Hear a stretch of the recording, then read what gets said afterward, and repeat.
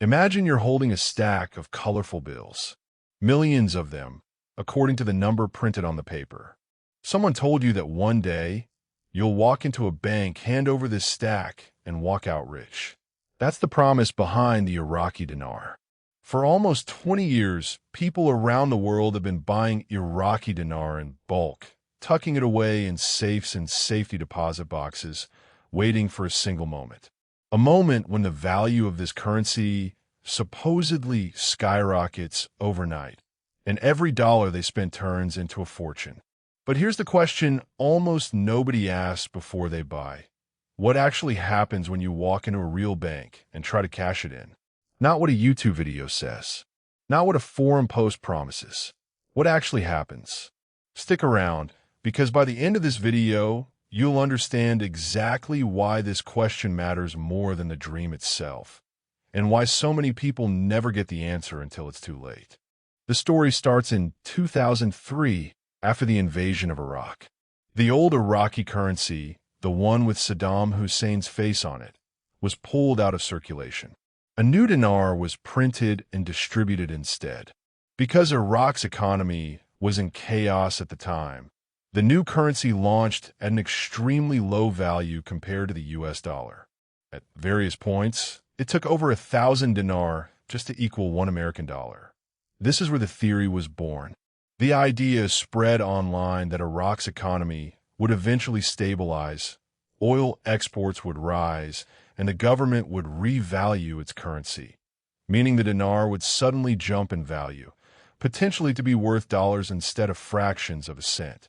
If that happened, anyone holding large amounts of dinar could, in theory, become wealthy almost overnight. This belief became known online as the RV, short for revaluation. Dinar selling websites, forums, and social media groups grew around this idea. Some marketed it as an investment opportunity.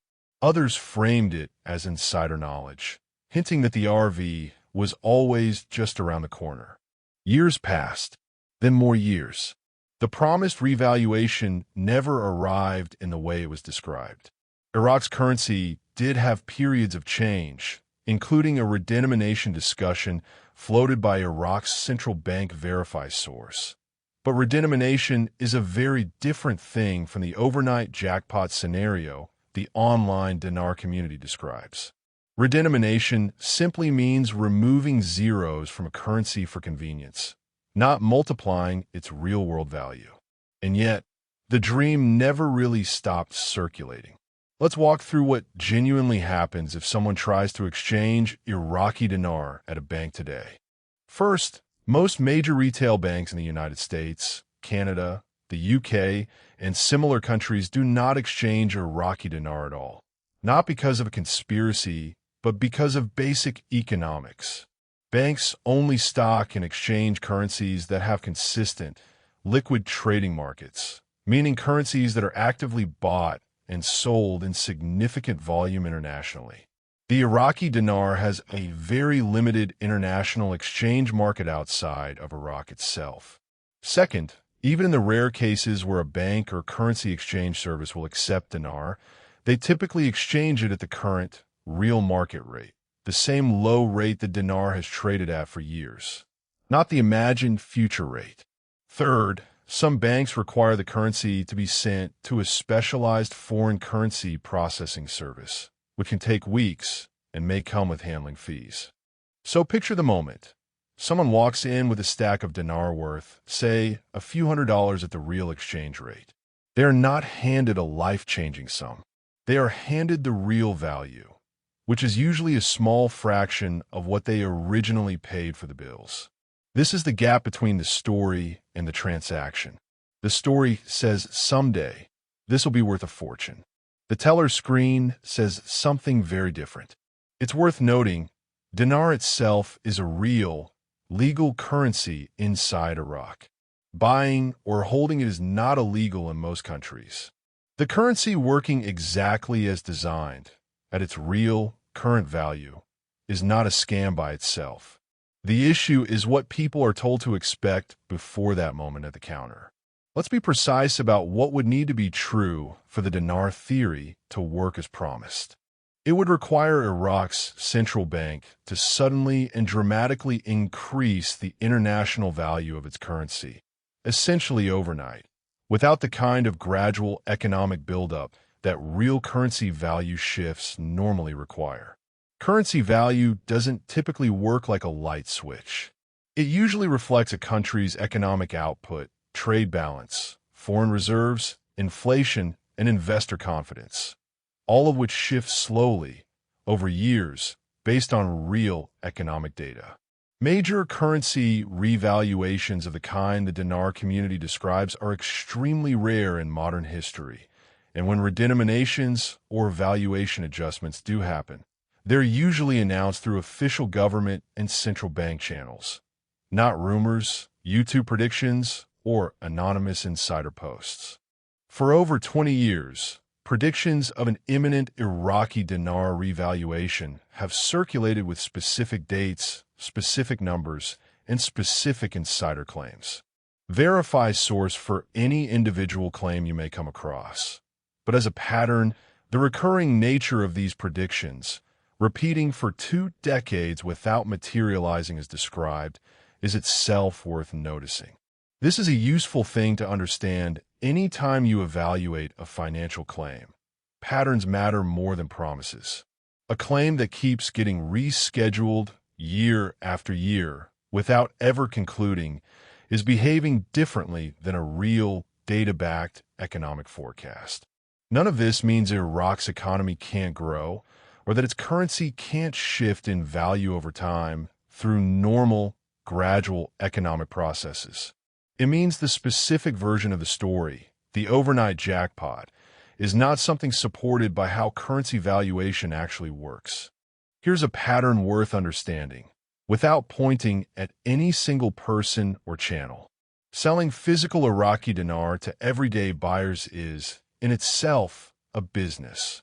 Dinar is typically purchased at a markup, meaning the seller buys it at a wholesale, lower rate, and resells it to individual buyers at a higher price. That markup is the seller's profit, collected the moment the sale happens, regardless of whether any future revaluation ever occurs. This creates an incentive structure worth noticing. The seller earns money today. The buyer only sees a return if a specific future event happens, one they have no control over and cannot verify independently. Beyond direct currency sales, some online content built around dinar speculation can generate revenue through video views, subscriptions, affiliate links to currency dealers, or paid insider update memberships. None of this proves any individual creator or seller has bad intentions. Many people who share dinar content genuinely believe the theory themselves, and some may have simply repeated information they were told without independently verifying it. But understanding the incentive pattern is important as a viewer. When a story keeps circulating for 20 years without resolving, and there is a continuous financial incentive to keep the audience hopeful and engaged, it's worth applying a bit more scrutiny. Not because everyone involved is dishonest, but because incentives shape what gets repeated. Financial regulators in multiple countries have published general investor alerts about currency speculation schemes, including specifically naming Iraqi dinar investment promotions as a pattern to be cautious of. The U.S. Securities and Exchange Commission has previously issued investor alerts warning about schemes involving foreign currency, including cautionary language specifically referencing Iraqi dinar investment promotions. Verify source for the exact wording and date of any specific alert, as regulator publications are updated and archived over time. The core warning from these types of alerts is consistent.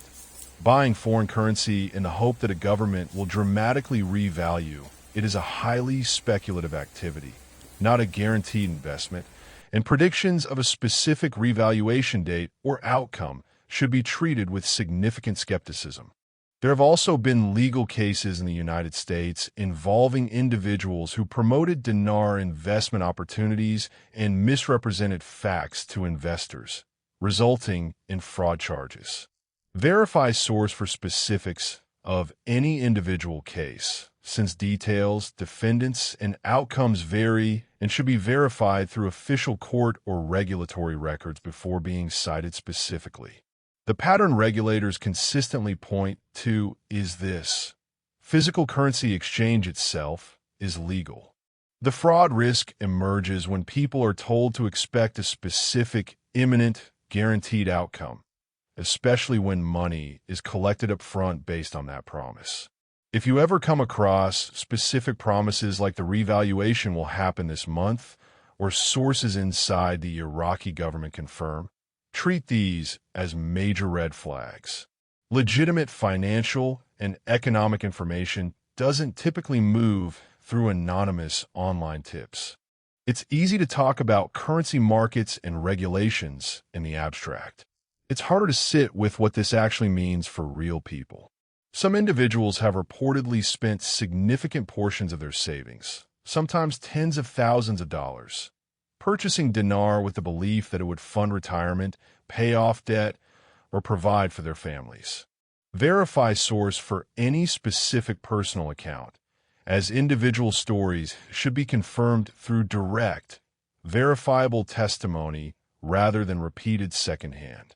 What connects many of these stories, as a general pattern, is not foolishness. It's hope.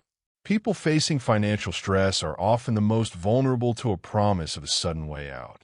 Not because they're careless, but because the promise directly answers a real, painful need. This is worth saying clearly. Believing in this theory doesn't make someone unintelligent. It makes them human.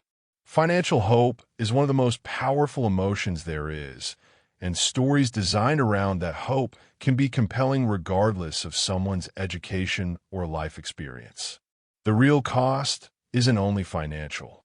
For some, there's also the weight of having believed in something for years, defended it to family members, and then having to reconcile that belief with reality.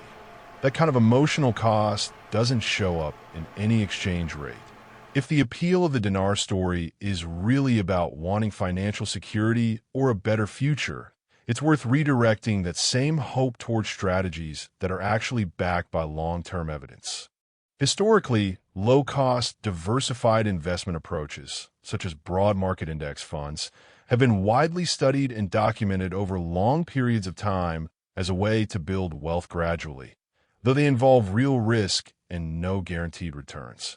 Verify source for any specific historical return figures, since these change based on time period and should always be checked against current data. Basic emergency savings, paying down high-interest debt, and building financial literacy are unglamorous, but they are strategies grounded in verifiable math rather than speculative promises. If you or someone you know is drawn to high-risk speculative opportunities, a simple gut check question can help. Can I independently verify this from an official primary source? Not a forum, not a video, not someone's cousin who works in banking? If the answer is no, that's not proof something is false, but it is a signal to slow down before committing real money. Financial decisions deserve the same scrutiny we'd give any major life choice. Research, patience, and a willingness to ask uncomfortable questions before, not after, money changes hands. So, what actually happens when you try to cash in Dinar at a bank? In most cases, nothing dramatic. Many banks won't accept it at all. The ones that do will typically exchange it at its real, current market value, not the imagined future value the online Dinar community has described for over 20 years. The Iraqi dinar is a real currency. Owning it isn't illegal, and hoping a country's economy improves isn't unreasonable. But the specific promise of an overnight, guaranteed jackpot isn't supported by how currency valuation actually works, and it has repeated, unfulfilled for 2 decades. If this video helped you understand the difference between a real financial strategy and a speculative promise, that's exactly the goal. Not to mock anyone who believed the story, but to give you the tools to look at the next big financial claim you hear with a clearer eye. Before you go, think about this. How many other financial promises in your life have you accepted simply because they were repeated often enough by enough people without ever checking the primary source yourself? That question is worth more than any stack of currency. If you found this breakdown valuable, consider subscribing for more evidence-based investigations into financial claims, scams, and patterns worth understanding. And drop a comment with a topic you'd like investigated next. This content is for educational purposes only and is not financial advice.